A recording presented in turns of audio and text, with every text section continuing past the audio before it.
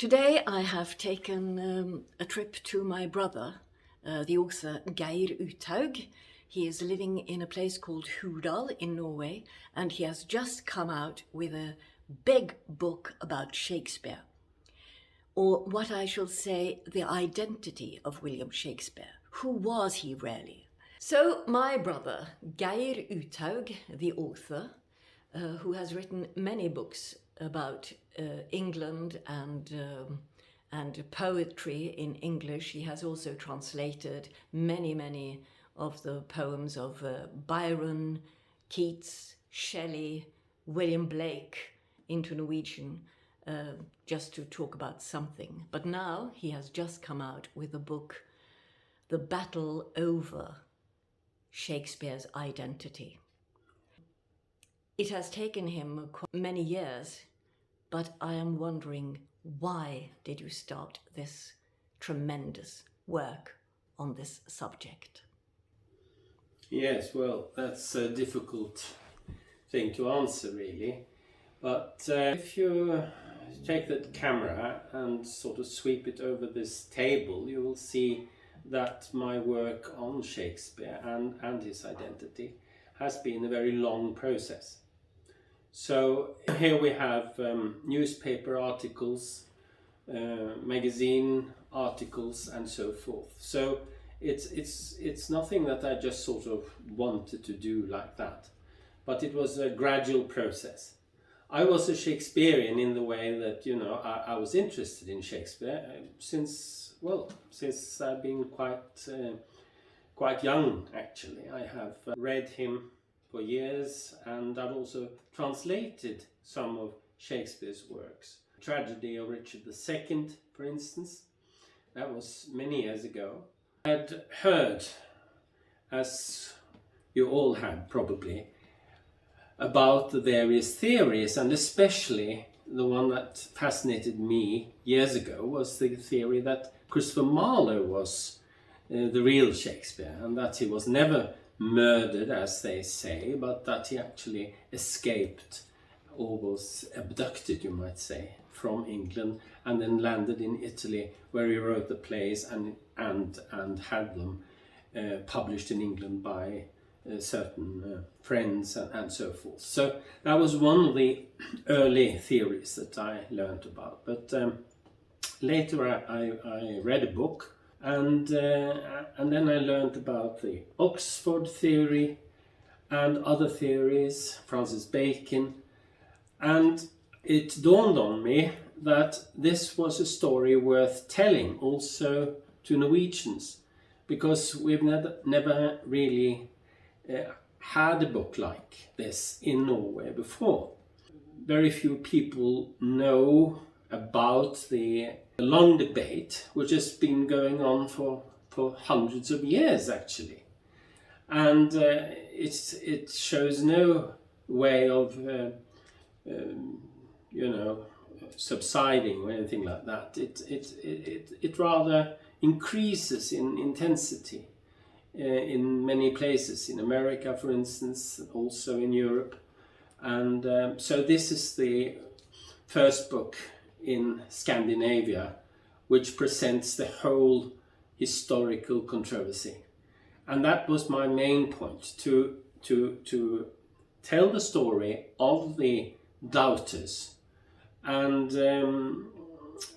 in this process to ask, why did they start to doubt that William Shakespeare, or Shakespeare from Stratford and Avon, wrote the plays? Why was this such a special theme? And then, of course, the thing is to ask what we know about William Shakespeare from Stratford. We know quite a lot, actually, because we have a lot of documents. But these documents, they don't tell us anything about his connection to the plays, or indeed to literature. And that was why they started to ask questions.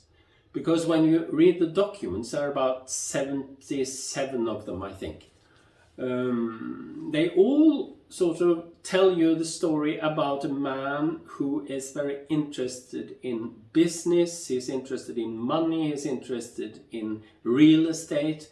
He has been involved in some legal disputes, but not a single document tells us anything about the plays or indeed any kind of literature. So that was why they started to ask the questions. And then this man from Stratford upon Avon, and what do we know about him?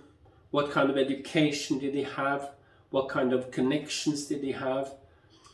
And in the 18th century, for instance, they started to sort of make a story about this literary genius who wrote all these plays, and he didn't really need an education because he sort of just, he was a genius, so he could write anything. I mean, and but then they started to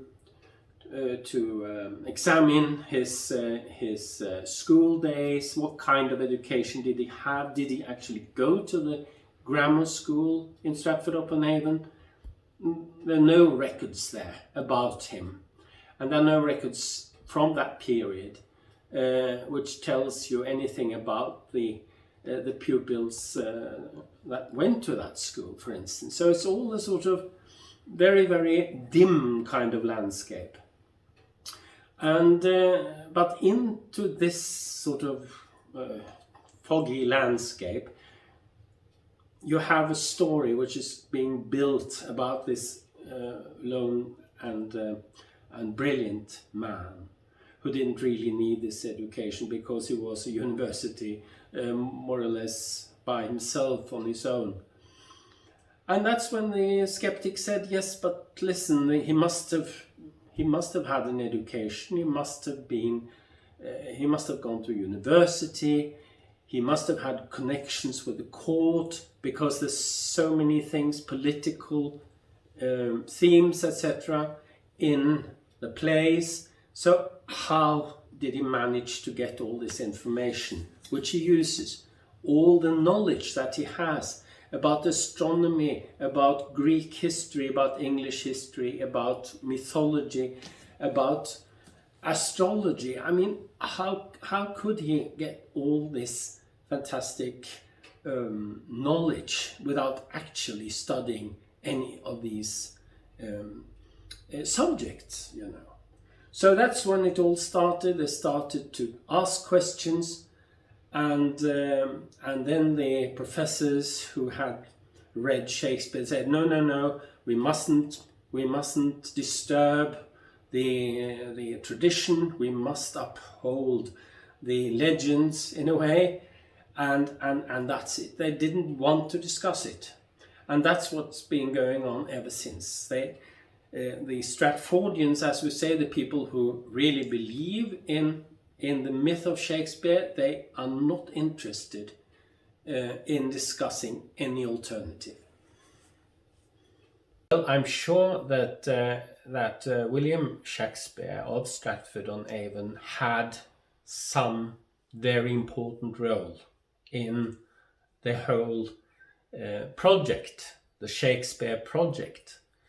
The thing is, we don't really know what kind of role he had. What we do know from the documents is that he was an investor and that he owned 10% in the Globe Theatre. So he was absolutely involved in the theatre project, you might say. But that doesn't mean that he wrote Hamlet.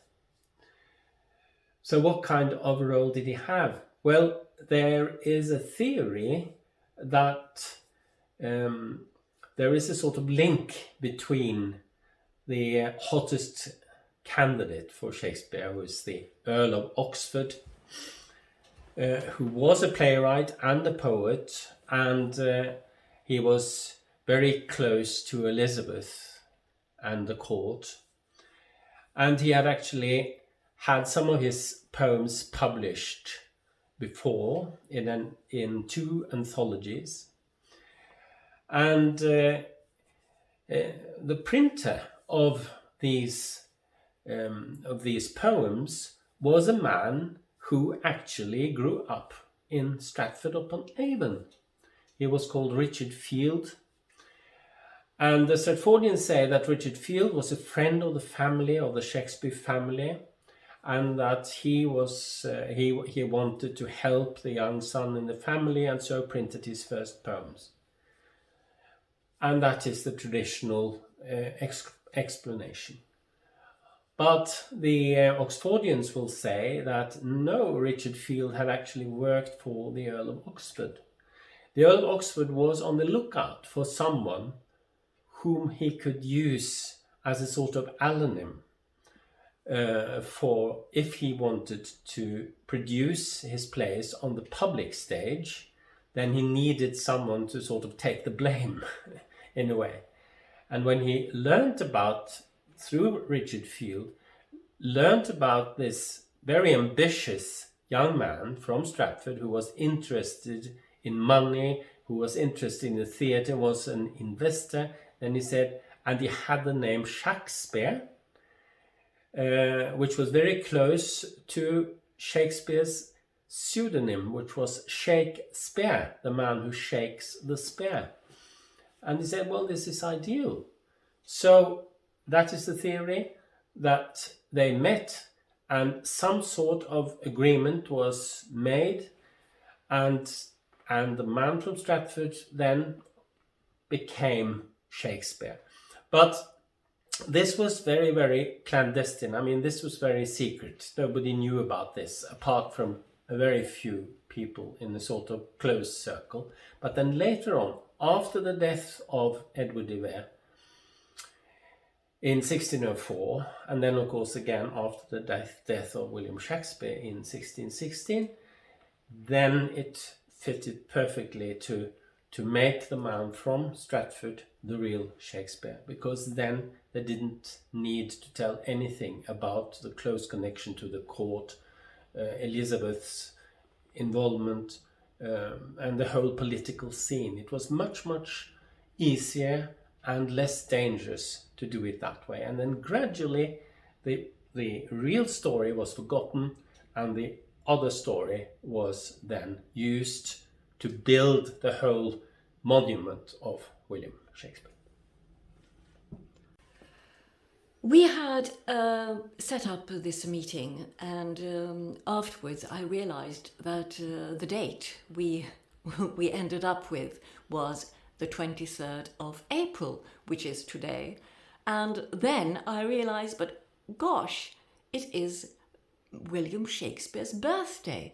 Anyway, according to my history books and what I learned when I went to drama school. But what shall we really say about this? Well, it's not only Shakespeare or Shakespeare's birthday, but also the day of his death. But this wasn't really accepted until a long time after the man from Stratford died. It was established, I mean, the birth and death of Shakespeare coinciding with St. George's Day, which is a sort of national day in England. Everything fits very well with the myth, because Shakespeare was sort of symbol of England in a way, and that was created in the 18th century and later in the 19th century, the Victorian age.